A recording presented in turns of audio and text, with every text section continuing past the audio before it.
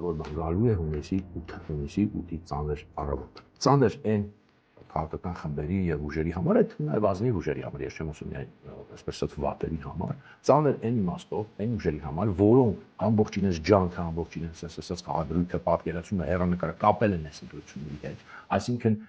մտածում են կամ մտածել են եւ մտածում են, որ կարճատև միացած ջանքով արագ հնարավոր է այս եղած խնդիրները լուծել, հնարավոր է այս եղած խնդիրները լուծել ոչ միայն կարճատև ջանքով, այլև առանց լուրջ գաղափարական հակադրության կամ խուսափելով սուր այսպես եկեղեցիներից, սուրանկիներից, առանց մանրամասն եւ շատ հստակ գաղափարական հակադրությունից այս եղած ռեժիմի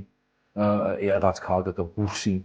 եւ ուրեմն այն ուժերի համար, որոնք նաեւ մտածում են, որ հնարավոր է ընդհանրապես կարճատև պայքարով ինչ-որ բանի հասնել եւ հնարավոր է առանց բայացած թիմի, ասինքն արագ այսպես ասած համախմբված չափյակավոր սուտ նախընտրական բանի համար համախմբված մարդկանցով կամ չգիտեմ առանձին ենթաթիմերով